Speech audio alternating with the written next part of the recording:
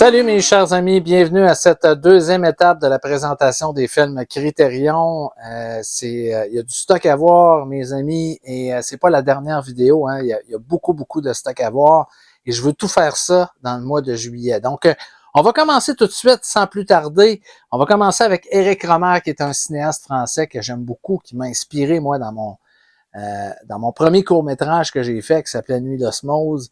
Il y avait quelques scènes de ça, tu sais, que je me prenais un peu pour Éric Rohmer, sans vraiment être Éric Rohmer, parce qu'Éric Rohmer, évidemment, c'est un cinéaste de la nouvelle vague française, qui a écrit pour les cahiers du cinéma, qui est dans la même génération que François Truffaut, que Jean-Luc Godard, Jacques Rivette, toute cette gang-là, ça vient de toute la Claude Chabrol, c'est toute la même période.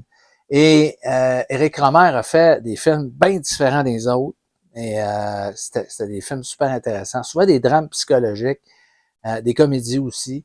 C'est un film avec c'est un coffret qui rassemble 6 œuvres autour de ce qu'on appelle des contes moraux. Hein, parce que Éric Rohmer a fait des films thématiques un peu dans sa carrière. Il a fait des films aussi autour des saisons. Il a fait contes d'été, contes d'automne, contes d'hiver, contes de printemps. Là, ici, on appelle ça les 6 contes moraux. Donc, il y a 6 films, évidemment, là-dedans. Ce qui est particulier de ça, c'est que là-dedans, ben, évidemment, c'est Criterion. On n'a pas pu s'empêcher de mettre un booklet à l'intérieur qui parle des films. Il y a beaucoup de textes. Il y a des photos également. Vous voyez des photos. Et il y a une novélisation des contes moraux à l'intérieur par Éric Rohmer. Donc, un roman avec... si ça vous tente de lire ce que vous avez vu à l'écran, alors vous pouvez le faire. C'est un feature intéressant qu'on a mis. Alors ici, on a L'amour l'après-midi, Love in the Afternoon.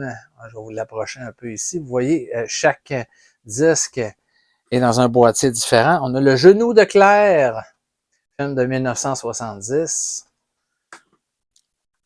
Ici, on a un film de 1967, c'est La collectionneuse. Voilà. Ça, c'est mon préféré qu'il y a dans le coffret. Je vous le montre. Ma nuit chez Maude, avec Jean-Louis Trintignant. Ça, j'ai vu ça très souvent. Une belle histoire. Jean-Louis Trintignant est à son meilleur là-dedans. Vraiment excellent.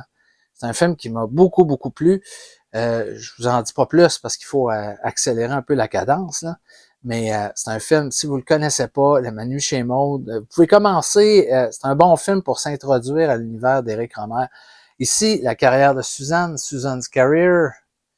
Vous voyez, les boîtiers sont comme ça. Ça, c'est un film de 1963. Et The Bakery Girl of Monceau, donc Éric Rohmer. Les titres sont en anglais, mais les films sont en français, avec sous-titres optionnels anglais, parce que Criterion étant une compagnie américaine, on met toujours les titres en anglais, mais les films sont en version originale, donc pour moi qui parle français, je peux enlever tout simplement les sous-titres et profiter des films dans leur version originale. Ici, on a un cinéaste danois, Carl Theodor Dreyer, qui a 3 films exceptionnels de Dreyer. Day of Wrath, Ordet et Gertrude. Alors, il y a un documentaire, un 4e disque, qui est un documentaire sur ce cinéaste-là, qui est un grand cinéaste qui a fait des films dans les années 40, dans les années 50, dans les années 60. Donc, ça a été la grosse période de Carl Theodor Dreyer, qui a fait d'ailleurs un autre long métrage qui était très populaire, qui s'appelait Vampire, avec un Y. Donc, je vais vous montrer des films qui à l'intérieur. Vous avez Carl Theodor Dreyer, Mon métier. Ça, c'est un film, c'est sur la carrière du réalisateur. Vous avez ici Gertrude.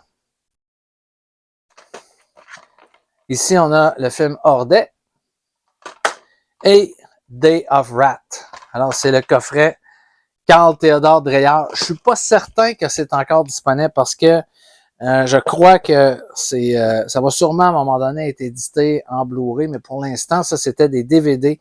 Et je pense que ce coffret-là, si je ne m'abuse, est, comme on dit, out of print, dit ça en anglais, mais discontinué. Donc, ici, on a le superbe coffret de Jacques Demy, qui est un grand réalisateur français qui a fait des films extraordinaires. Il a fait Les Parapluies de Cherbourg. Il a fait Les Demoiselles de Rochefort. En tout cas, il a fait beaucoup, beaucoup de films. C'est un cinéaste qui était magnifique. Et là-dedans, il y a 6 films de Jacques Demy. Vous les voyez ici. Je vais vous montrer un petit peu le devant. Il y a Lola, film de 1961. Bay of Angel en 63. Ben, Les Parapluies de Cherbourg en 64. Les Demoiselles de Rochefort en 67. Peau d'âne, ça en 70. Et Chambre en ville en 82. Donc, vous les voyez ici. Encore une fois, c'est Criterion. Il y a un livret à l'intérieur qui parle des films. Chambre en ville. Lola.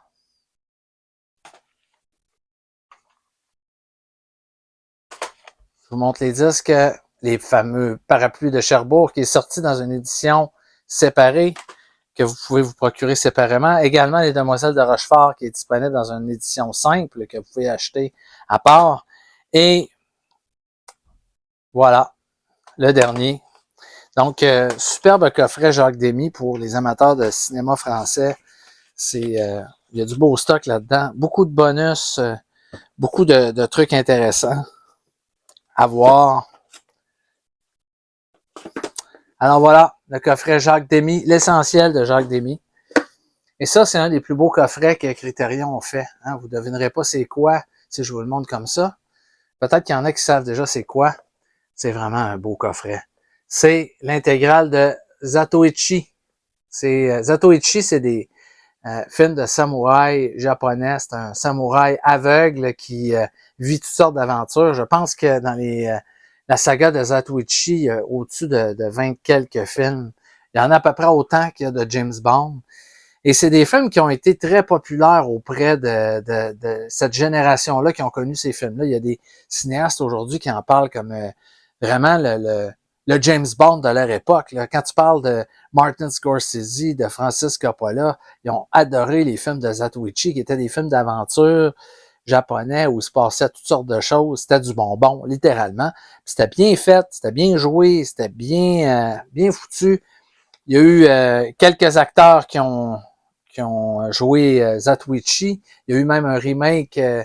Ici, on a un livret cartonné avec les informations à l'intérieur. Je le tiens même pas du bon bord. Voilà. Alors, vous avez des photos, des dessins, plein de textes sur chacun des films. Et à l'intérieur, vous avez tous les films de Zatoichi. Je ne sais pas ça en fait combien au total. On voit ici. On voit qu'il y en a au-dessus d'une vingtaine. Et il y a des documentaires, évidemment, sur la série Zatoichi. C'est, comme je vous dis, un des plus beaux coffrets que Criterion ont fait jusqu'à maintenant. C'est vraiment... Puis ils en ont fait des très beaux, là, mais celui-là, à cause des couleurs, vraiment, c'est très bien représentatif de l'univers de Zatoichi, ce qu'on voit sur le coffret. Donc, c'est rien d'autre que magnifique. Si vous êtes des amateurs de cinéma indépendant, eh bien, il y a un cinéaste américain qui s'appelle John Cassavetes, qui est un acteur. On l'a connu dans des films comme Rosemary's Babies, comme The Dirty Dozen. Il faisait beaucoup de films américains qui étaient très populaires au cinéma, mais qui prenait tous ses sous, tout son argent pour injecter ça dans ses propres films. Ça a été un des premiers cinéastes, vraiment un cinéaste indépendant, qui faisait ses propres films avec sa femme qui était Gina Rowland. Il montait ses films chez lui dans une petite salle de montage qu'il y avait à la maison. C'est les films de John Cassavetes, évidemment, il y en a 5 sur ce coffret-là. Il n'en a pas juste fait 5 dans sa carrière. Mais ça, c'est 5 films vraiment qui sont des films non seulement qui ont été parmi les plus populaires de sa carrière, et quand je dis populaire, on parle pas de blockbuster à l'échelle de Jaws ou de choses comme ça. C'est populaire dans le circuit du cinéma indépendant. C'est des films qui sont devenus cultes avec le temps. C'est des films qui ont été faits dans une période compris entre de 1959 jusqu'à la fin des années 70. Donc, il y a différents films là-dessus, des documentaires sur John Cassavetes, qui est vraiment un cinéaste intéressant. On le voit ici sur la couverture. On voit des images des films. Il y a des superbes de beaux films là-dedans. Vraiment des œuvres intéressantes parce que Cassavetes se foutait un peu du box-office et de tout ça. Il faisait vraiment des films pour lui et ça donnait des trucs vraiment intéressants qui cassaient vraiment avec ce qu'on est habitué de voir dans le cinéma hollywoodien. Opening Night, qui est un film vraiment intéressant ici, qui met en vedette son épouse Gina Rowland. Ici, on a The Killing of a Chinese Bookie. C'est un film qui met en vedette celui qui joue là-dedans, c'est Seymour Cassel qui est là-dedans, qui est un comédien. Il était très fidèle à ses acteurs. Il fait non seulement sa femme, qui jouait souvent dans ses films, mais Seymour Cassel jouait souvent dans ses films. Il a fait des films avec Peter Falk, avec Ben Gazzara aussi. Ici, on a un de ses films les plus connus, A Woman Under the Influence, dans lequel on retrouve Gina Rowlands et Peter Falk. Peter Falk qui est vraiment exceptionnellement bon là-dedans. Faces et Shadows. Donc, un super beau coffret de John Cassavetes avec beaucoup de bonus. Regardez la quantité de bonus qu'il y a là-dessus. Il y en a vraiment pour la peine des heures et des heures. Alors, si vous aimez le cinéma indépendant, ça vaut la peine de jeter un œil à ce beau coffret-là qui est vraiment exceptionnel, qui est disponible encore, que vous pouvez vous procurer sur pendant le spécial du mois de juillet avec 35% de rabais, ça vaut la peine. Ici, on a un cinéaste, j'en ai souvent parlé de Jacques Tati, à quel point j'étais un fan de ce cinéaste-là, qui a fait un film qui s'intitulait Playtime, un film immense dans lequel il avait mis tout son argent, une œuvre exceptionnelle qui a marqué le cinéma, mais il n'y a pas juste eu celle-là. Hein. Avant ça, il a fait Les vacances de Monsieur Hulot, il a fait un film qui s'appelle Mon oncle. Pour certains, le film Mon oncle, c'est son plus grand film, et je pourrais leur donner, vraiment, ça se discute là, entre Playtime et Mon oncle. Monsieur Hulot était excellent aussi, mais ça vaut la peine de découvrir les autres œuvres de Jacques Tati là-dedans, comme Jour de fête. Il y a Trafic et Parade, son dernier film en carrière. Donc, il a fait des films après Playtime, mais ça a été difficile. Et c'est un cinéaste qui n'a pas fait beaucoup de films, mais qui en a fait des très intéressants. On voit le coffret ici qui est très beau, avec le personnage de Monsieur Hulot, qu'on voit ici, qui a été... c'est un peu... Jacques Tati était très inspiré par les acteurs américains du cinéma muet, comme Charlie Chaplin, comme Buster Keaton. Et son personnage de Monsieur Hulot, ça a été un peu ça. Ça a été une réponse française, plusieurs années après, à ces personnages-là qui ont marqué son imaginaire. Et il a fait ça un peu à l'écran, mais il l'a fait à sa façon, d'une manière brillante, intelligente. On voit ici le livret ici qui est très beau, encore avec le personnage de Monsieur Hulot, qui est joué par Monsieur Jacques Tati. Ici, on a les courts-métrages de Jacques Tati. Alors, on en a mis, je ne sais pas, il y en a combien, peut-être une dizaine de courts-métrages là-dedans. Et ça vaut la peine d'être vu pour ceux qui aiment Jacques Tati comme moi. On a Parade ici. Je trouve ça beau, les boîtiers. Hein? Ça représente bien le personnage, je trouve. C'est simple, mais je trouve que ça représente bien les films. Playtime ici, que j'ai aussi dans une édition séparée. Le film Mon oncle, qui est vraiment un gros trip visuel, c'est vraiment exceptionnel. Les vacances de Monsieur Hulot. Alors, on voit Monsieur Hulot avec son maillot de bain. Les jours de fête. Donc, là-dedans, il fait un facteur. Donc, c'est des films magiques. Si vous ne connaissez pas l'univers de Jacques Tati, imprégnez-vous de cet univers-là. C'est des œuvres magistrales du cinéma français. C'est parmi les plus grands films français de tous les temps. Jacques Tati, l'intégrale, ça vaut la peine de mettre la main là-dessus. Assurément, si vous aimez les films de Chaplin, les films de Buster Keaton, avec une touche un peu plus moderne. Vous allez adorer Jacques Tati. Ici, on a un coffret qui s'appelle America Lost and Found de BBS Story. Là-dedans, il y a 1, 2, 3, 4, 5, il y a 6 films, comme c'est le cas dans beaucoup de coffrets de Criterion. C'est des films, disons, qui ont marqué le cinéma américain par leur côté un peu indépendant aussi. C'est des œuvres qui sortent un peu des circuits habituels. Et là-dedans, il y a Ed de Bob Rafelson, Easy Rider de Dennis Hopper, qui est peut-être le plus connu du coffret. Easy Rider, ce long métrage où on voit des bikers traverser les États-Unis dans une période qui était une période un peu trouble des États-Unis, film qui a été fait en 1969. On a Five Easy Pieces de Bob Rafelson, Drive He Said, réalisé par Jack Nicholson, A Safe Place de Henry Jaglom, The Last Picture Show, excellent, superbe film de Peter Bogdanovich et The King of Marvin's Garden. Ici, on a le booklet à l'intérieur qui nous parle de tous ces films-là, de tous ces beaux films-là. Ils sont tous intéressants. Il y en a des meilleurs que d'autres, évidemment, mais c'est tous des bons films. The Last Picture Show, vraiment extraordinaire ce film-là, dans lequel on voit un jeune Jeff Bridges et Ellen Burstyn et Sybil Shepherd, qui était très très jeune là-dedans, très jolie. Il y a eu une suite qui s'appelait Texasville, qui a été réalisée par Bogdanovich plusieurs années après.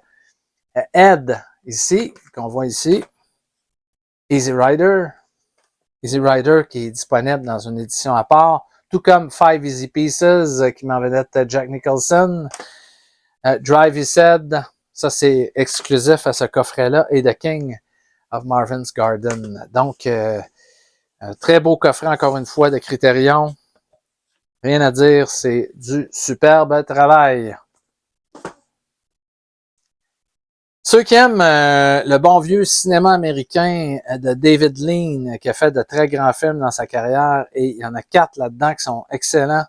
On appelle ça David Lean's Direct Noel Coward, qui était un auteur américain très, très, très connu, aimé des gens. Donc, il a fait des adaptations de ses livres qui sont réunis dans ce coffret-là, qui s'appelle David Lean Directs Noel Cowards. Là-dedans, on a bien évidemment les 4 films avec des... y a-t-il un booklet? Je pense pas. On dirait pas que... Oui, il y en a un ici. Il y en a un qui est caché à l'intérieur. Ça m'aurait étonné parce que c'est toujours le cas avec les éditions Criterion. Alors, on a Brief Encounter ici. On a Blight Spirit, This Happy Breed et In Which We Serve. Donc, 4 films dans ce coffret. David Lean directs Noel Cowards.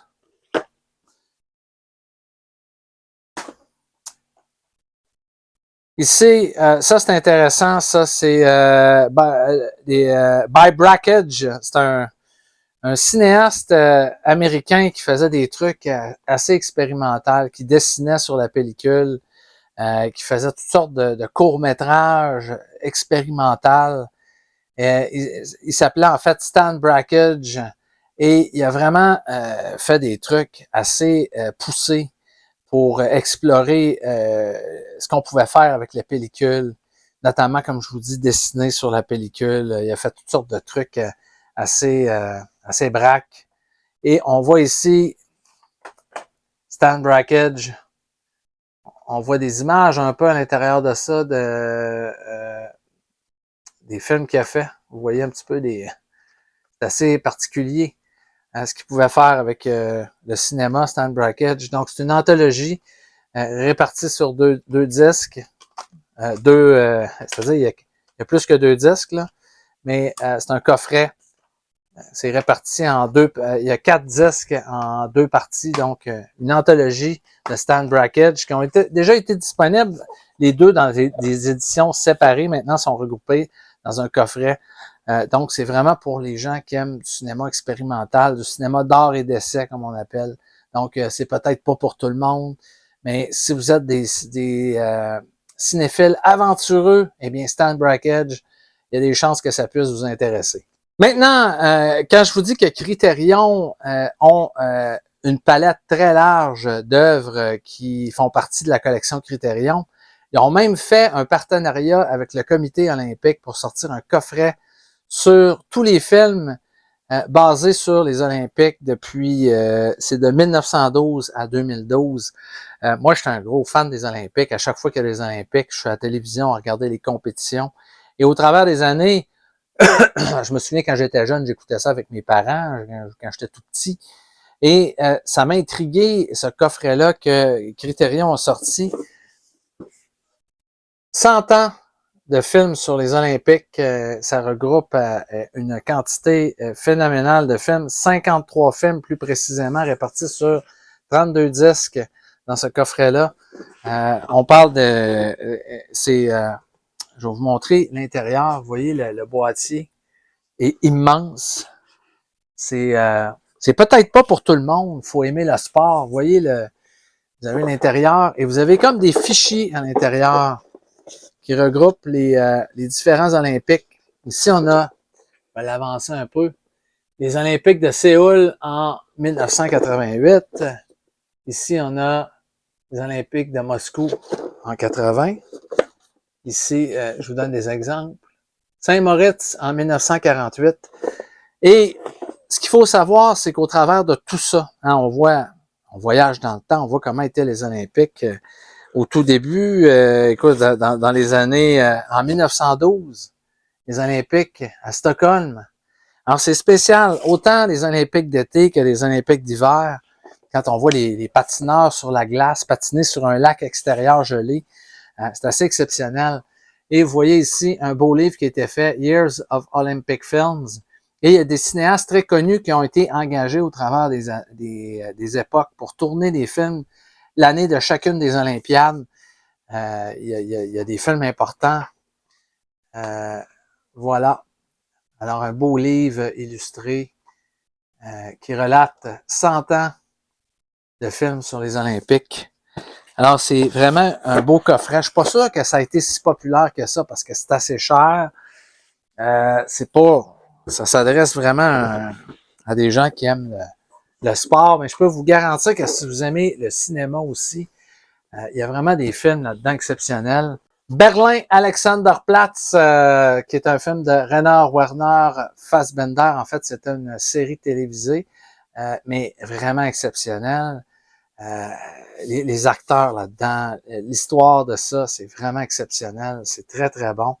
Alors, vous avez toute l'intégrale de ça. Ça dure 902 minutes. C'est sorti en 1980. Et je vais vous montrer. Il est super beau le coffret. Regardez-moi ça à l'intérieur de ça. Et vous voyez tous les disques qui regroupent tous les épisodes de la série Berlin Alexanderplatz, série télévisée qui est parue en Allemagne. Rainer Fassbinder, qui est comme un des chefs de file de ce qu'on a appelé le renouveau du cinéma allemand, la nouvelle vague du cinéma allemand. Il y a eu Herzog aussi là-dedans, beaucoup de cinéastes, Wim Wenders, donc qui ont fait partie de ce nouveau courant de cinéastes allemands qui ont émergé dans les années 70. Donc, voyons, Berlin, Alexanderplatz. Fassbinder, il a fait toute sa filmographie sur une dizaine d'années à peu près. Il est décédé parce qu'il a vraiment brûlé la chandelle par les deux bouts. Mais il a fait des films extraordinaires. Peut-être dans ces 10 années-là, il a fait une trentaine de films, une dizaine de séries télé. C'est assez exceptionnel, là. Et il n'a jamais fait un mauvais coup dans sa carrière. Donc, Berlin Alexanderplatz, c'est un des hauts faits d'armes de Rainer Werner Fassbinder. Vous pouvez voir tous ses films, ils sont tous excellents. Parlant d'excellence, on a 3 films de Louis Buñuel, cinéaste d'origine, je crois qu'il était Buñuel, c'est un Espagnol, Buñuel. Et il a fait des films, ça c'est des films qu'il a tournés en France, Le charme discret de la bourgeoisie, Le fantôme de la liberté et Cet obscur objet de désir, c'est un peu des comédies. Les charmes discrets de la bourgeoisie, c'est très drôle. C'est des films un peu thématiques, mais moi j'aime beaucoup l'humour de Buñuel. son style visuel, vraiment extraordinaire. On voit qu'il y a un livret à l'intérieur, comme d'habitude. Donc, 3 films de Louis Buñuel en Blu-ray, que vous voyez dans ce beau coffret-là. Ici, on a 3 films de Roberto Rossellini avec Ingrid Bergman. Ingrid Bergman, qui a déjà été l'épouse de Roberto Rossellini. On a Stromboli, Europe 51 et Journey to Italy. Donc, on voit ici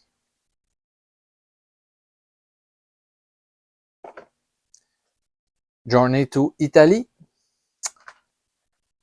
On voit Ingrid Bergman qui était un peu vieillissante.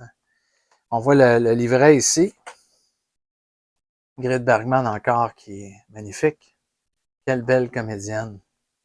Qui a joué dans les films d'Hitchcock. On a Stromboli, qui est peut-être mon préféré du coffret, qui est vraiment c'est vraiment superbe, ce film-là. Voilà, vous voyez, avec toujours notre belle Ingrid Bergman et Europe 51. Alors, 3 films de Roberto Rossellini, hein, mari et femme qui faisaient des films ensemble. Et on fait de très, très bons films. Journey to Italy, là, c'est très, très bon aussi. Là, c'est vraiment excellent.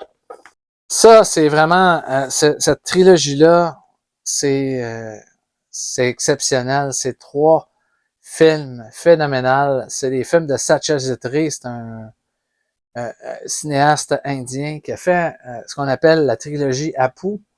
Panther Panchali, Apajito et Apur Sanjar, qui suit le parcours d'un jeune garçon qui est né dans la pauvreté.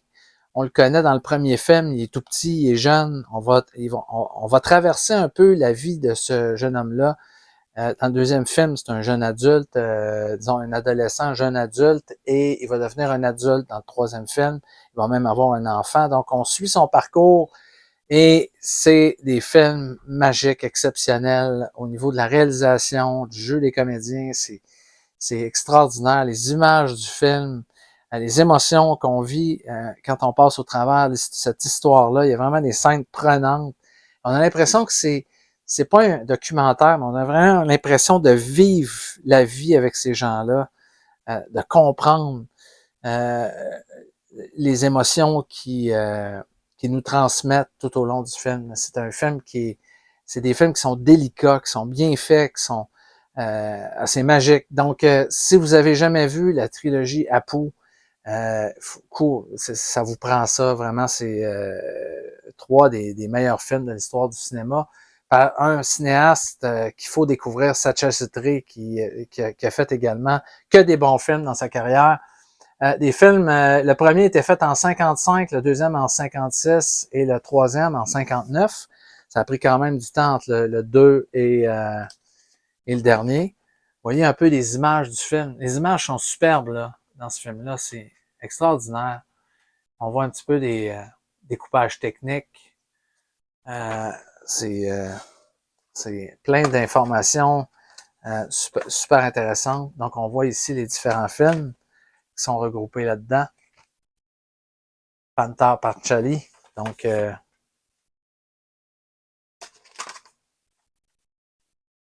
la trilogie Apu de Satyajit Ray, qui est vraiment un achat, là, c'est un incontournable. On continue avec l'excellent western Red River de Howard Hawks, qui est un des meilleurs westerns de l'histoire du cinéma. J'ai d'ailleurs fait une vidéo au Ciné-Club de Rico sur ce grand western qui met en vedette également Montgomery Clift. Vraiment un beau duo à l'écran avec John Wayne. Et ça fait partie des films de John Wayne dans lesquels, maudit John Wayne, il est bon acteur dans ce film-là. Il joue vraiment bien. Quand on pense à The Searchers, à Red River, c'est pas mal les rôles, à mon avis, les meilleurs rôles, les meilleurs westerns de John Wayne. Donc, on va regarder l'intérieur ici. Red River, on voit ici le livre sur lequel a été basé Red River, Blazing Guns on the Chisholm Trail de Border Chase. Donc, on peut lire le roman sur lequel le film a été fait. Et vous voyez à l'intérieur, il y a un livret qui parle du film. et les disques également. Donc, c'est un des grands westerns de l'histoire du cinéma et Criterion ont fait vraiment du beau travail pour sortir une édition qui était à la hauteur de la réputation de ce western-là. Deux autres films, j'en ai parlé de ces deux films-là. J'ai fait une rubrique au Ciné-Club de Rico sur Yojimbo et Sanjuro. Yojimbo, qui est un film qui a inspiré notamment A Fistful of Dollars, mais qui a inspiré plein de films. Sergio Leone, il y a eu des remakes américains après ça. C'est vraiment des grands films de samouraï avec Toshiro Mifune. Donc, vous voyez les deux films et il y a des livrets dans chacun des boîtiers. Vraiment des films exceptionnels. Yojimbo et Sanjuro, qui est la suite de Yojimbo. Vous allez peut-être avoir du mal à lire le titre là-dessus parce que c'est comme en relief, donc je vais vous montrer, là on le voit quand même assez bien. L'année dernière à Marienbad, qui est un de mes films préférés, c'est un film d'Alain Resnais qui se passe dans un genre de gros château. Et il y a une histoire là-dedans, quand vous allez essayer de démêler tous les fils de l'histoire, vous allez avoir de la misère parce que c'est un film qui est pas nécessairement fait pour qu'on le comprenne à la première écoute. C'est vraiment, il y a comme des clés, des mystères, un peu comme dans un film de David Lynch là-dedans. C'est vraiment mystérieux ce film-là. C'est fascinant. J'ai rarement été autant fasciné par un film. Ça dure 94 minutes.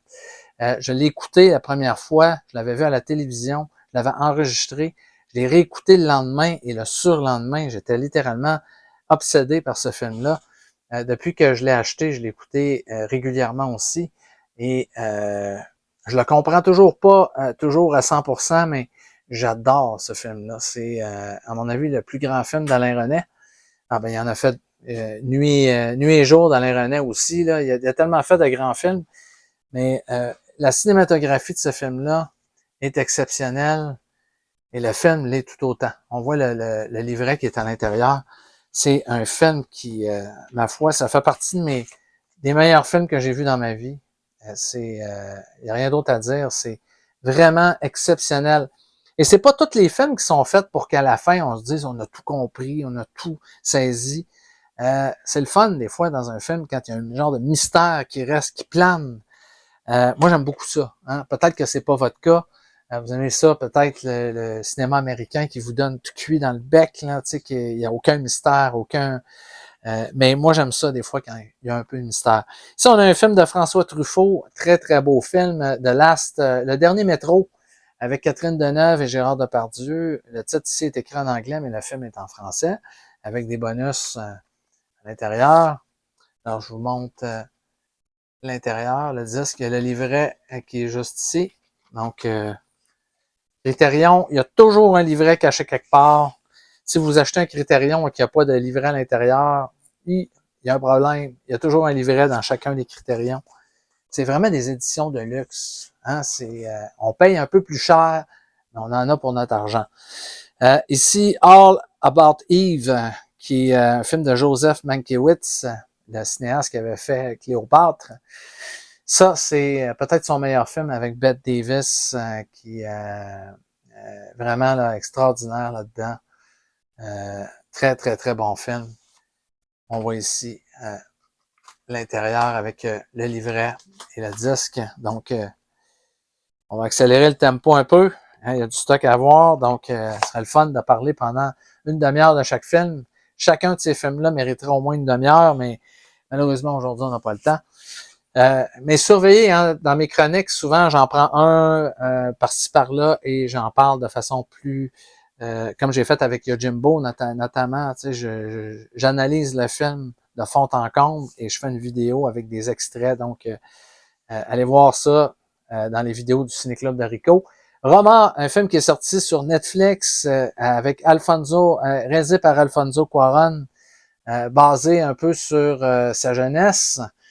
On voit ici un beau coffret.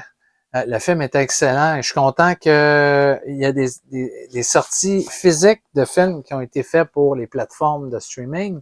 Hein, c'est intéressant de le faire pour ceux comme nous, les collectionneurs, qui veulent avoir gardé une copie en très bon état de ce film-là. Et je suis à peu près certain, pas à peu près certain, je suis certain que vous allez avoir Roma dans une meilleure qualité de visionnement si vous achetez le Blu-ray ici ou le 4K que si vous le regardez directement sur Netflix. C'est certain que l'image va être encore meilleure sur votre Blu-ray. Ici, on a un film de Harold Lloyd, un autre film de Harold Lloyd. On le voit déguisé en footballeur de l'époque dans The Freshman. Ça se passe dans une université américaine. Donc, vous voyez Harold Lloyd ici, avec l'intérieur, avec un livret. Donc, belle édition, encore une fois. The Freshman, avec Harold Lloyd. Ici, on a le Godzilla, l'original, le premier, le tout premier. Hein? Ils en refont des Godzilla à toutes les sauces aujourd'hui. Ils sortent à peu près un Godzilla par semaine. Ça, c'est celui de Ishiro Honda. C'est l'original. Et il y a eu un coffret Godzilla que j'ai acheté également qui regroupe tous les Godzilla de la première période. Et je vais vous le montrer probablement dans une prochaine vidéo. Mais ce film-là est compris évidemment dans ce coffret-là.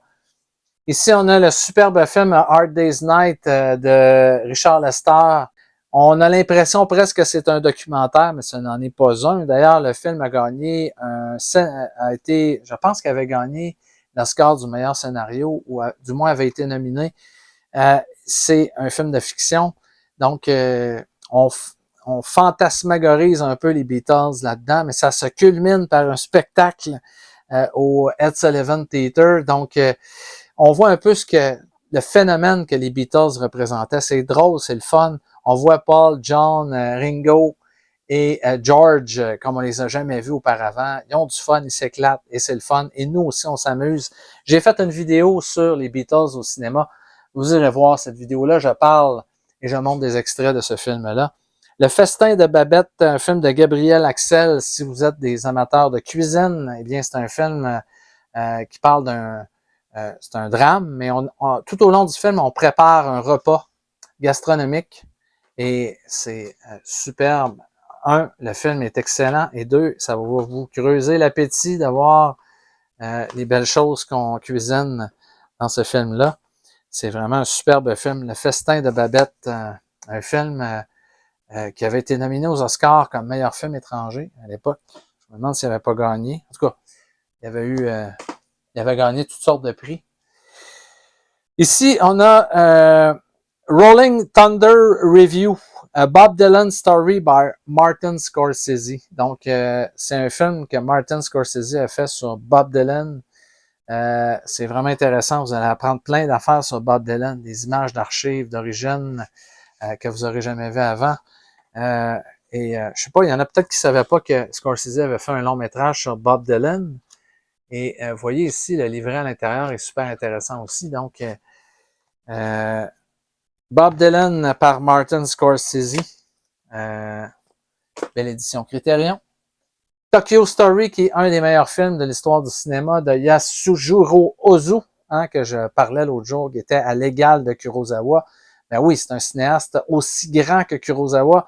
Il n'a pas fait des films épiques comme Kurosawa, mais ses films étaient épiques aussi d'une certaine manière parce que ses films étaient épiques dans la dramaturgie.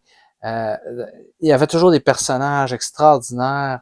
Ozu était moins un cinéaste qui faisait des grandes fresques comme Kurosawa, mais il faisait des films extraordinaires, extraordinaires. Vraiment, là, au niveau des émotions, des images, de la qualité des performances dans ces films-là. Tokyo Story, l'histoire de deux parents vieillissants dont les enfants se foutent éperdument et s'occupent plus vraiment de leurs parents. Les parents aimeraient ça, continuer d'avoir des belles relations avec leurs enfants, mais on voit que leurs enfants, ce qui arrive à leurs parents, ça leur passe 10 pieds par-dessus la tête. Donc, on voit un peu l'effet des fois du vieillissement, tu sais, de l'isolation de certaines personnes qui arrivent à un certain âge et qui voient un peu leur univers s'écrouler un peu autour d'eux. Ils ont quand même une fille qui est proche d'eux.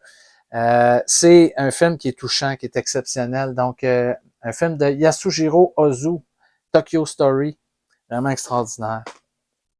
C'est beaucoup plus zen, l'univers de Ozu, mais c'est vraiment des films. Ça va vous porter, là. Ayez pas peur d'investiguer là-dedans. Si vous avez peur d'avoir des films qui sont plates, ennuyeux, non, non. Vous allez vraiment tomber sur quelque chose qui va vous fasciner. Ici, on a Nashville, dont j'ai déjà fait une rubrique au Ciné-Club de Rico. C'est un film de Robert Altman que j'adore, qui est exceptionnel. Ça se passe durant une journée en 1970. Le film a été tourné en 75 à Nashville pendant une espèce de gros concert. On va traverser beaucoup de personnages. Il y a des politiciens au travers de ça. Il y a une joute politique qui se fait au travers de cette fresque musicale qui se passe à Nashville. Il y a beaucoup, beaucoup d'acteurs connus là-dedans. Henry Gibson, Lily Tomlin, Kate Carradine, Geraldine Chaplin, Barbara Harris, Karen Black. Bref, c'est un ensemble qui se marie parfaitement. C'est excellent. Nashville, c'est un des meilleurs Robert Altman. Et moi, Robert Altman, c'est un cinéaste. Quand j'étais plus jeune, je m'intéressais pas tant que ça à Robert Altman, mais en vieillissant, c'est devenu un de mes cinéastes préférés. À cette heure, quand je sais pas quoi écouter, je mets un film de Robert Altman au hasard et je passe toujours une bonne soirée. Tous ses films sont excellents. Il a touché à des genres un peu différents, mais il est toujours sa touche exceptionnelle. Et moi, j'adore Altman. Et Nashville, c'est dans le haut du pavé des œuvres qu'il a fait. On continue avec Shoah de Claude Lanzmann, qui est un documentaire percutant qui parle ça le dit, de la Shoah. Et il y a des survivants de la Shoah qui parlent là-dedans. Il y a même un ancien lieutenant de camp nazi qui, à son insu, va être interrogé dans ce documentaire-là. Et on apprend des affaires qui vont vous véritablement... Tu sais, on pense qu'on sait ce qui est arrivé dans les camps de concentration, mais quand on entend les témoignages que dans ce documentaire-là, ça va vous glacer le sang. C'est vraiment épouvantable. C'est des histoires... ça dure 10 heures. C'est un des plus grands documentaires qui a été fait sur le sujet. Mais tapez-vous pas ça d'un bout à l'autre parce que vous allez être déprimé pendant un mois et demi après ça. Moi, je l'ai écouté 1 heure à la fois. Et faut absorber ça tranquillement. C'est vraiment exceptionnel. Il y a beaucoup de témoignages là-dedans. Il n'y a pas d'image choc comme telle. Ce qui est choc surtout, c'est les témoignages. Les témoignages qu'on a, ça nous met des images dans la tête et vraiment, c'est un film qui m'a vraiment bouleversé. Ici, on a un autre film qui parle de Bob Dylan, c'est Don't Look Back, c'est de D.A. Pennebaker, j'en ai parlé l'autre jour, qui est un documentariste qui s'intéressait beaucoup à la musique. Et il a suivi Bob Dylan, on est dans les débuts de sa carrière. Ceux qui ont vu le film dernièrement qui est sorti, qui a été fait par James Mangold, eh bien, vous allez peut-être reconnaître un peu le Bob Dylan qu'on voit là-dedans. On le suit dans sa tournée, dans ses chambres d'hôtel avec les gens. C'est vraiment fascinant. On suit un peu le parcours d'une star. Avec le film que Madonna avait fait, In Bed with Madonna, là, c'est peut-être un des meilleurs qui a été fait sur une star de la musique. Donc, vraiment exceptionnel. Ici, on a Breaking the Wave de Lars von Trier, qui est un cinéaste qui laisse personne indifférent, qui a fait des films un peu controversés dans sa carrière. Mais moi, je suis un fan de Lars von Trier. J'aime beaucoup ses films. Ici, on voit l'intérieur avec un livret. Donc, Breaking the Waves est sorti dans une belle édition chez Criterion. Ici, on a Amarcord de Federico Fellini, qui est un super beau film. C'est un film un peu qui raconte les expériences de jeunesse de Fellini. C'est magnifique. Regardez l'intérieur du boîtier. L'imagerie de ce film-là est exceptionnelle, comme c'est le cas dans la plupart des films de Fellini. Ça m'étonne encore de voir des gens qui n'ont pas vu dans leur vie aucun film de Fellini. Si vous aimez le cinéma, honnêtement, et que vous avez jamais écouté un film de Fellini, ça m'étonne parce que, honnêtement, jetez-vous là-dessus, c'est du cinéma pur, c'est tellement bon, c'est tellement jouissif à quel point c'est bon. Ici, on a un film qui est très aimé, c'est un film de Richard Linklater, un de ses premiers films, Slacker, qui est vraiment excellent. Vous allez reconnaître peut-être quelques vedettes d'aujourd'hui qui sont tout jeunes là-dedans. On voit l'intérieur du boîtier. Vraiment un film le fun, Slacker. voyez le petit livret à l'intérieur. Donc, une belle édition de ce film-là de Richard Linklater. Un autre cinéaste américain parmi les... qui n'a pas vraiment fait de mauvais films dans sa carrière, qui a vraiment fait des films intéressants. Ace in the Hole, ça c'est bon, vraiment, de Billy Wilder, un des meilleurs films de Billy Wilder, à mon avis, là, et là-dedans, Kirk Douglas s'est fait un journaliste qui veut profiter disons, d'une tragédie, un genre d'événement qui arrive tragique, et il va profiter de ça pour essayer de mousser un peu sa carrière. C'est vraiment intéressant comme film. Donc, Ace in the Hole de Billy Wilder. Ici, on a Scanner de David Cronenberg. Hein? J'ai-tu besoin d'en parler? On le connaît, Cronenberg, notre fameux cinéaste canadien qui est très adulé ici, adulé partout dans le monde. On a le petit livret à l'intérieur avec... vous voyez, hein, on reconnaît Michael Ironside ici, hein, c'est vraiment bien ressemblant. Repo Man de Alex Cox avec un jeune Emilio Estevez là-dedans, c'est un genre de film punk un peu. Il y a Harry Dean Stanton qui joue là-dedans aussi. C'est un mélange un peu de film punk avec cinéma de science-fiction. Il y a des éléments d'un peu toutes sortes de films là-dedans. C'est très, très bien fait, très amusant. On voit ici Emilio Estevez avec des lunettes assez spéciales. Ça parle d'extraterrestres, entre autres, là-dedans. Et il y a même une petite bande dessinée dans le livret. Donc, c'est le fun. Honnêtement, beau travail sur cette édition-là de Repo Man. Je trouve que la pochette est très belle. Honnêtement, je trouve qu'ils ont fait du beau travail. Il Sorpasso de Dino Risi, qui est un de ses meilleurs films là-dedans, là, vraiment extraordinaire, avec Vittorio Gassman et évidemment Jean-Louis Trintignant, qu'on voit. On les voit tous les deux dans la bagnole. Un genre de road movie. C'est super bon. C'est vraiment exceptionnel, ce film-là. Il y a un livret à l'intérieur. Il y a des moments drôles, il y a des moments aussi assez tragiques dans Il Sorpasso, mais aucun moment ennuyeux dans ce film qui est vraiment grandiose d'un bout à l'autre. Ici, on est à bout de souffle de Jean-Luc Godard, le film qui est peut-être le film le plus emblématique de la nouvelle vague française. Jean-Luc Godard avec ici qui a tourné avec un jeune Jean-Paul Belmondo et Jeanne Serberg qui était là-dedans aussi, qui faisait le personnage féminin du film. Donc, vous voyez, il y a un livre à l'intérieur qui est assez volumineux. On voit que c'est un film important. C'est un film qui a marqué les gens. Hein? Même, ça a eu une influence, ce film-là, sur le cinéma américain. Quand on regarde des films comme Bonnie and Clyde, des choses comme ça, on voit que le film À bout de souffle a eu énormément d'impact sur le cinéma. Ici, on a un film de Steven Soderbergh, King of the Hill, de Steven Soderbergh, présenté dans une belle édition ici, encore avec un livret à l'intérieur et des disques. Donc, du beau stock. Ça, c'est magique, ce film-là. Fanny et Alexandre de Ingmar Bergman, que j'ai aussi dans une autre édition, qui est dans le coffret, immense coffret Ingmar Bergman. Mais je la trouve tellement belle, cette édition-là. Là-dedans, il y a deux versions du film. Il y a la version télévisuelle et la version théâtrale, la version qui est sortie au cinéma.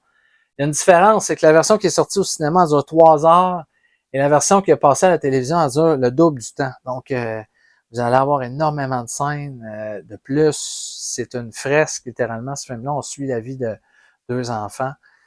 Mais c'est extraordinaire. C'est un film que Bergman a fait vers la fin de sa carrière. Et c'est incroyable de voir à quel point un espèce de rendez-vous avec le destin de Bergman, de faire un chef-d'œuvre comme ça vers la fin de sa carrière, c'est extraordinaire. Fanny et Alexandre, là, c'est un monument de cinéma. Ici, on a The Signifying Works of Marlon Riggs, qui est un cinéaste indépendant, américain, afro-américain. Et il y avait eu une plainte à un moment donné parce qu'on disait que Criterion sortait pas assez de films par des réalisateurs afro-américains. Eh bien, depuis le temps, Criterion ont enregistré la critique et ils sortent pratiquement à chaque mois un film d'un réalisateur afro-américain. Et ça, c'en est un très bon qui a fait des courts-métrages, moyens-métrages, longs-métrages aussi, mais surtout des courts et des moyens. Marlon Riggs, dont l'œuvre est réunie ici, des films qui ont été faits entre 1986 et 1995. Donc, vous voyez, il y a 2 disques à l'intérieur et un livret qui nous parle un peu de la carrière de cet énigmatique artiste qui a fait des films vraiment intéressants. Donc, une belle découverte. Ici, on a un autre film qui a été produit, je crois, il me semble, par Netflix, qui était sorti, qui s'appelle Marriage Story de Noah Baumbach et qui a eu une sortie en médium physique. C'est vraiment un film exceptionnel sur le couple, sur la dissolution d'un couple, comment un couple va partir du on s'aime, on s'adore, on va passer notre vie ensemble jusqu'au jour où finalement on se sépare et on doit vivre chacun de notre côté. C'est un film exceptionnel. Les acteurs sont vraiment touchants là-dedans. Adam Driver, Scarlett Johansson, Noah Baumbach est un excellent scénariste, très bon réalisateur. Donc, je le recommande. Mariage Story. Ugetsu de Kenji Mizoguchi, qui est un des grands films japonais. Donc, belle édition de ce film-là ici. Ici, on a True Stories de David Byrne, c'est un film vraiment particulier. Ça fait un petit bout de temps que j'ai vu ça. Mais c'est vraiment quand vous voulez voir quelque chose qui sort vraiment des sentiers battus, là, c'est le chanteur des Talking Heads qui a réalisé ce film-là. On voit John Goodman qui est là-dedans. Mais il y a beaucoup de monde là-dedans. Là. C'est vraiment un film qui vous laissera pas indifférent. Ici, on a un classique de François Truffaut, Jules et Jim, dans une superbe édition. C'est magnifique ce film-là, il n'y a rien d'autre à dire. Regardez ça, là, c'est vraiment un petit voyage dans le temps. Moi, j'ai adoré Jules et Jim. C'est un film il y a eu beaucoup de... Il y a Jeanne Moreau, évidemment, qui joue là-dedans. Hein, et les autres acteurs, c'est Oscar Werner et Henri Serre. Vous voyez, il y a un livret à l'intérieur. Donc, on a sorti une belle édition. On sait que c'est un film important. On sait que c'est un film qui a marqué le cinéma. Donc, on a mis le paquet dans cette parution de Jules et Jim. Ça, c'est un des plus beaux films de l'histoire du cinéma, The Night of the Hunter, La Nuit du Chasseur de Charles Laughton, qui a réalisé un film dans sa carrière. Charles Laughton, c'est un acteur d'abord et avant tout. Il a décidé à un moment donné de passer à la réalisation. Il a fait ce film-là, la direction photo, l'histoire. On suit là-dedans un prisonnier, un salopard, un tueur qui sort de prison et qui va séduire une femme qui a 2 enfants et on va tomber dans l'horreur. Et il y a eu un peu de ça qui a inspiré Scorsese quand il a fait Cape Fear. Cape Fear est un remake d'un film qui s'appelait Cape Fear, mais il a pompé un peu de Night of the Hunter dans son remake de Cape Fear. L'imagerie de ce film-là est exceptionnelle. Robert Mitchum n'a jamais été aussi bon. Tout est parfait. Tout est absolument parfait. C'est un des meilleurs films de l'histoire du cinéma. Il n'y a rien qui coche dans ce film-là. C'est parfait d'un bout à l'autre. Et on a retrouvé plein de séquences du tournage qu'on pensait perdues, qu'on a mis sur cette édition-là. Vous voyez un livret à l'intérieur. Ça, c'est quand vous voulez voir, mettons, tous les grands classiques du cinéma.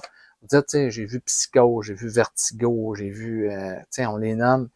Mais il n'y a pas assez de gens qui ont vu encore Night of the Hunter, qui est un des plus grands films, un des meilleurs de l'histoire du cinéma, qui m'en vedette Robert Mitchum. Et si Martin Scorsese était assis à côté de moi, il dirait oui, c'est tout à fait vrai, t'as raison, parce que c'est un des films préférés. Je crois que c'est dans le top 3 des meilleurs films de Martin Scorsese de tous les temps.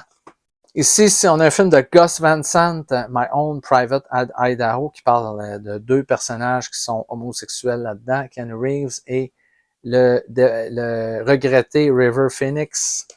Et c'est un très beau film, genre de road movie, avec deux jeunes acteurs. Un qui était vraiment très prometteur, River Phoenix, et l'autre qui est devenu une méga star, la méga star qu'on connaît aujourd'hui, Keanu Reeves. Donc, on les voit tout jeunes là-dedans. C'est un film qui est paru en 91, donc on est dans les débuts de la carrière de Keanu Reeves. Ici, on a un autre film produit par Netflix qui a connu une sortie en médium physique, The Irishman, qui est l'avant-dernier film de Martin Scorsese. Donc, encore une fresque dans le monde de la mafia, avec toute la même gang de Goodfellas et Casino, Robert De Niro, Al Pacino, Joe Pesci. Il y a Harvey Keitel qui vient faire un tour là-dedans. Donc, on suit le parcours de Frank Sheeran, qui est joué par De Niro, qui est un gangster là-dedans, et qui va être mêlé avec dans des histoires un peu sombres avec Jimmy Hoffa, donc un personnage célèbre qui est joué par Al Pacino. Et Joe Pesci qui joue un mafieux là-dedans, Russell Bufalino, mais qui est complètement l'atome opposé de ce qu'il joue dans Goodfellas et Casino, dans lequel il fait des personnages qui sont littéralement des petites bombes sur deux pattes, là, qui sont vraiment explosifs. Là-dedans, il fait un personnage qui est très intérieur, qui est très calme, très posé. Donc, ça fait spécial d'avoir Joe Pesci à l'opposé de ce qu'il joue dans Goodfellas et Casino. Ici, on a Claudine, un film de John Barry avec James Earl Jones, hein, qui faisait la voix de Darth Vader. Vraiment un film exceptionnel. C'est vraiment très, très bon. Donc, Claudine, que je vous recommande, qui est un film qui est sorti en 1974. Ici, on a un film italien de Francesco Rossi, Christ Stop at Eboli. Donc, voilà. Ici, une œuvre de Stephen Frears, The Hit, un film qui est sorti en 1984 avec John Hurt, Terence Stamp et Tim Roth, qu'on voit sur la couverture, qui était tout jeune à ce moment-là. Magnifique œuvre de Claire Denis, Beau travail, un film qui date de 1999. Encore une production qui a été faite, celle-là, c'est été produit par Amazon, Sound of Metal, avec un musicien qui perd une partie de son audition, un percussionniste, donc Sound of Metal, qui est excellent. Ici, il y a la version française, c'est rare dans les Critérions, mais dans le cas de cette édition-là, il y a la version française qui a été incluse dans la parution. Ici, on a une œuvre de Frank Capra, Arsenic and Old Lace avec Cary Grant, qui est une comédie. Ça, c'est un film japonais de Kiyoshi Kurosawa et il n'y a aucun lien familial avec Akira Kurosawa. C'est le film Cure, qui est un film de détective avec un peu de surnaturel. C'est vraiment intéressant. C'est un film qui sort des sentiers battus. Imaginez-vous un genre d'enquête à la Seven avec un côté un peu surnaturel. C'est très, très, très bien fait. Donc, Cure de Kiyoshi Kurosawa, aucun lien de parenté avec Akira. Ici, on a un documentaire, un film de Stig Bjorkman, Ingrid Bergman in Her Own Words, donc qui regroupe des témoignages d'Ingrid Bergman et des films qu'elle a tournés elle-même dans sa famille durant la période où elle était, entre autres, à Hollywood. Donc, on la suit. Si on est des passionnés de cette actrice, moi, je l'adore. Donc, c'est un incontournable. Donc, un film documentaire un peu sur la vie d'Ingrid Bergman. Ici, c'est encore du documentaire Errol Morris, dont j'ai parlé du film de Thin Blue Line dans les grands films du monde. Errol Morris, il faut le découvrir, c'est un grand documentariste. Il a changé littéralement la manière de faire des documentaires. Ici, on a Gates of Heaven et Vernon, Florida. C'est des documentaires qu'il a fait avant son grand documentaire de Thin Blue Line. Mais il y a de l'humour là-dedans, c'est bien fait, c'est une belle critique sociale, c'est super intéressant, le cinéma de Errol Morris. Ici, on a Michael Haneke, une trilogie de Seven Continents, Benny's Video et 71 Fragments of Chronology of Chance. Donc, vous voyez, il y a plusieurs films de Michael Haneke là-dedans. Il y a un coffret qui est sorti en France sur Michael Haneke qui est qui regroupe l'ensemble des films, l'ensemble des œuvres de Michael Haneke. Disease de Vera Chytilova, un film tchèque de la nouvelle vague tchèque 1966. Donc, il y a des images là-dedans assez exceptionnelles. Ici, on a un film de Vittorio De Sica, Miracle in Milan. L'œuvre de Vittorio De Sica mérite vraiment notre attention parce que c'est des films exceptionnels. Je vous rappelle que Vittorio De Sica, c'est le réalisateur qui a fait Bicycle Thieves et Umberto D. Donc, Miracles in Milan, ça fait partie également des grandes œuvres de ce réalisateur-là. Ici, on a The Comfort of Stranger de Paul Schrader, qui met en vedette Christopher Walken, Natasha Richardson, Rupert Everett, Helen Mirren. Un beau quatuor là-dedans. L'action, ça passe, il me semble, à Venise, là-dedans. Oui, ça se passe à Venise. Et c'est vraiment intéressant. The Gunfighter, un film qui met en vedette Gregory Peck, c'est un western réalisé par Henry King. Les 400 coups de François Truffaut. J'ai l'intégrale des aventures d'Antoine Doinel sur une autre édition, mais ça, c'est l'édition qui était sortie chez Criterion du film original, Les 400 coups. Le premier film dans lequel on voyait Jean-Pierre Léaud qui fait Antoine Doinel. C'est un film magique encore aujourd'hui. Ici, on a le film de Paul Schrader, Mishima, A Life in Four Chapters. Vraiment un des bons Paul Schrader. Ce film-là est sorti en 1985. Vous voyez, un bouclette à l'intérieur.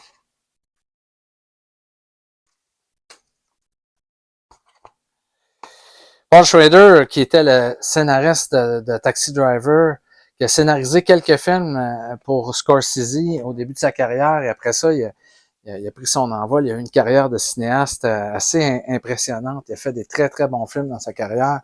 Ici, on a Edwidge and the Angry Inch, written for the screen and directed by John Cameron Mitchell. Donc, vous voyez ici.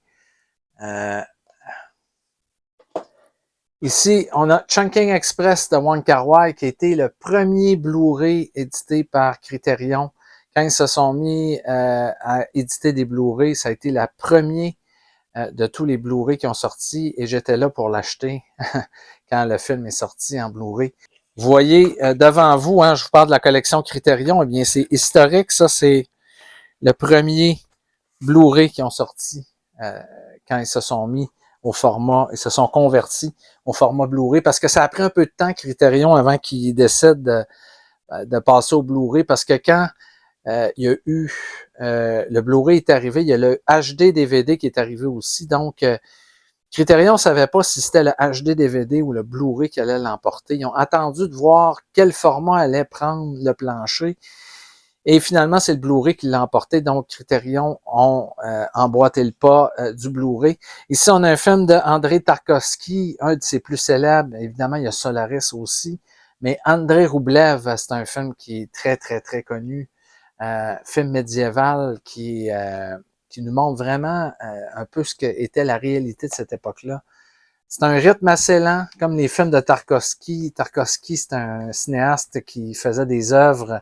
C'était très lent le rythme, mais c'est toujours intéressant ce qui se passe à l'écran. Donc, Andrei Roublev, qui est une des grandes œuvres de ce cinéaste-là, un cinéaste russe parmi les plus intéressants. Ça, c'est vraiment bon. Manila's in the Clouds of Light, qui fait partie du World Cinema Project de Martin Scorsese. C'est un film qui est sorti à part des coffrets, mais c'est vraiment un film exceptionnel. C'est très, très, très bon film. Ici, on a un film de Douglas Sirk, Magnificent Obsession, avec Rock Hudson, qui était un de ses acteurs fétiches, qui a joué dans plusieurs de ses films. Douglas Sirk, qui était le maître pour faire des mélodrames au cinéma, mais pas des mélodrames cucu, là, vraiment des trucs intéressants, poignants. La direction photo de ces films-là est toujours exceptionnelle. C'est un cinéaste qui a eu beaucoup d'influence, notamment sur Rainer Werner Fassbinder, qui est comme je vous le disais tout à l'heure, un des chefs de file de la nouvelle vague allemande. Donc, Douglas Sirk, c'est un cinéaste que vous devez connaître si ceux qui ont aimé le film, le deuxième de la trilogie de Ty West, là, Pearl. Ceux qui ont aimé Pearl, ben vous allez voir, quand vous allez commencer à écouter des films de Douglas Sirk, vous allez voir l'espèce de filiation. Des fois, je dis que Pearl est un hommage au cinéma de Douglas Sirk. Eh bien, vous allez comprendre quand vous allez écouter des films de Douglas Sirk pourquoi je fais toujours la filiation entre les deux. Ici, on a The Tragedy of Macbeth. Moi, je suis un gros fan des adaptations de Shakespeare au cinéma. Et quand c'est Roman Polanski qui s'y colle, eh bien, encore davantage. Macbeth, qui est probablement une des œuvres les plus sombres de Shakespeare. Et c'est sombre longtemps. Hein. C'est vraiment... ouf! Macbeth, là, ça... On va dans le côté obscur de la force. Donc, The Tragedy of Macbeth, qui est une sublime adaptation cinématographique qu'en a fait Roman Polanski. C'est un film qui est sorti en 71. Un film superbe de Pier Paolo Pasolini, un de ses meilleurs, qui est Théorème, qui met en vedette Terence Stamp.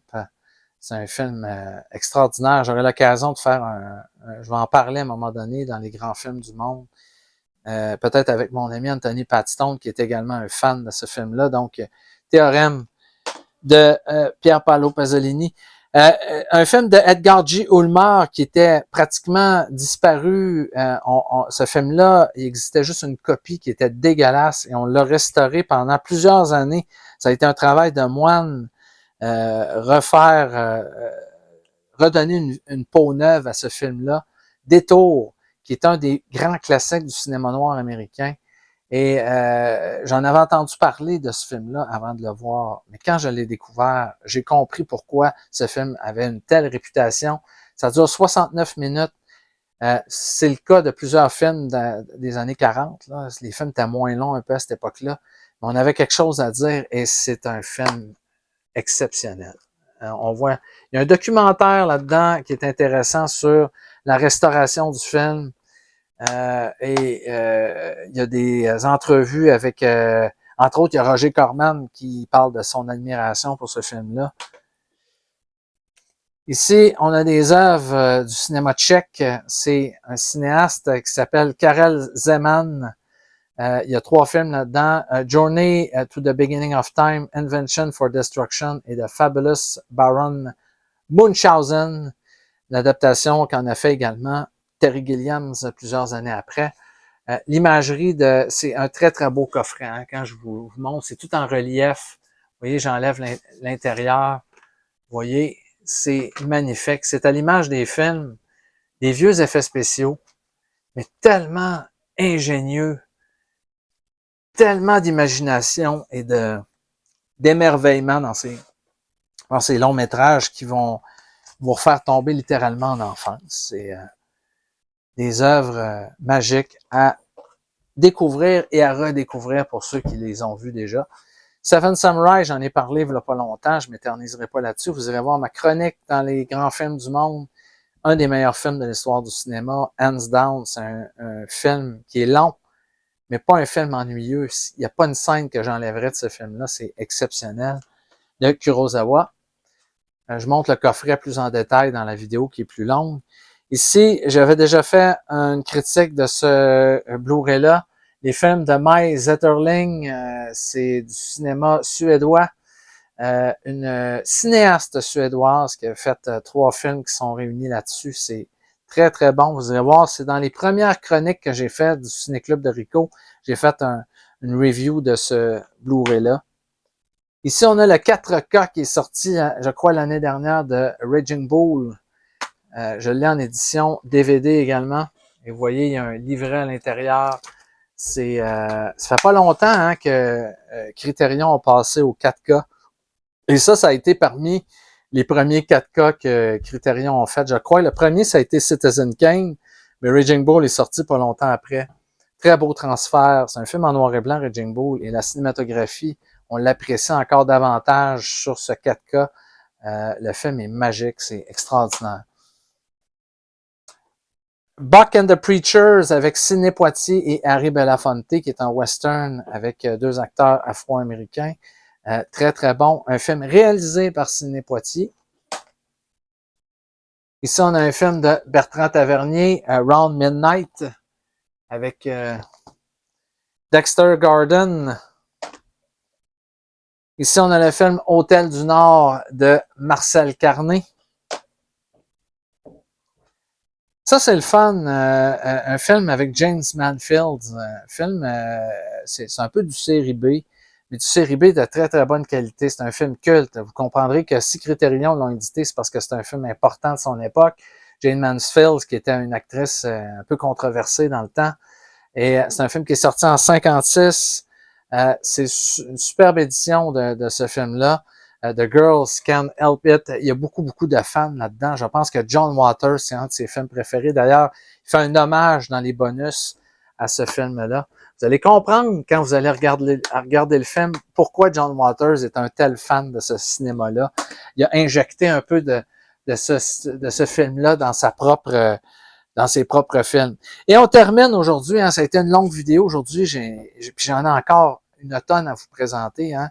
La collection Criterion, vous voyez qu'il y a du stock là-dedans. Ici, on a un film de Carl Franklin avec Denzel Washington, c'est un film de mafia, c'est vraiment bon, vraiment très bon. Carl Franklin qui a fait des très bons films dans sa carrière, celui-là en est un très bon. Devil in a Blue Dress avec Denzel Washington, qui est impérial, comme toujours là-dedans. Et c'est paru il n'y a pas si longtemps que ça, je crois, l'année dernière ou l'autre d'avant. Il y a 2 ans peut-être. C'est un film qui date de 1995. Donc, ça fait le tour pour le deuxième round de la collection Criterion. J'espère que vous avez passé du bon temps avec moi. Et dans 2-3 jours, vous allez avoir la troisième partie, la collection Criterion, partie 3. Il va y avoir une partie 4, une partie 5, une partie 6. Il y a du stock à avoir, des coffrets, des Blu-ray, des DVD, des Laserdiscs. On va en arriver à tout ça. Donc, merci d'avoir été à l'écoute et je vous dis, si vous aimez les vidéos, abonnez-vous à la chaîne. On arrive bientôt à 1000 abonnés. Je suis content de faire, quand il y a 10 personnes, mettons que je le fais pour 10 personnes la vidéo, je suis content parce que je sais qu'il y a des gens à qui ça plaît. Donc, merci à tous les gens qui m'écoutent, qui sont là. Je suis vraiment content. Aussi, si vous avez des questions, des choses comme ça, vous pouvez m'écrire dans les commentaires. Ça me fait toujours plaisir de vous répondre le plus rapidement possible. Et merci tout le monde. Et je vous dis à la prochaine dans quelques jours pour une troisième vidéo sur la collection Criterion. Alors, bye tout le monde.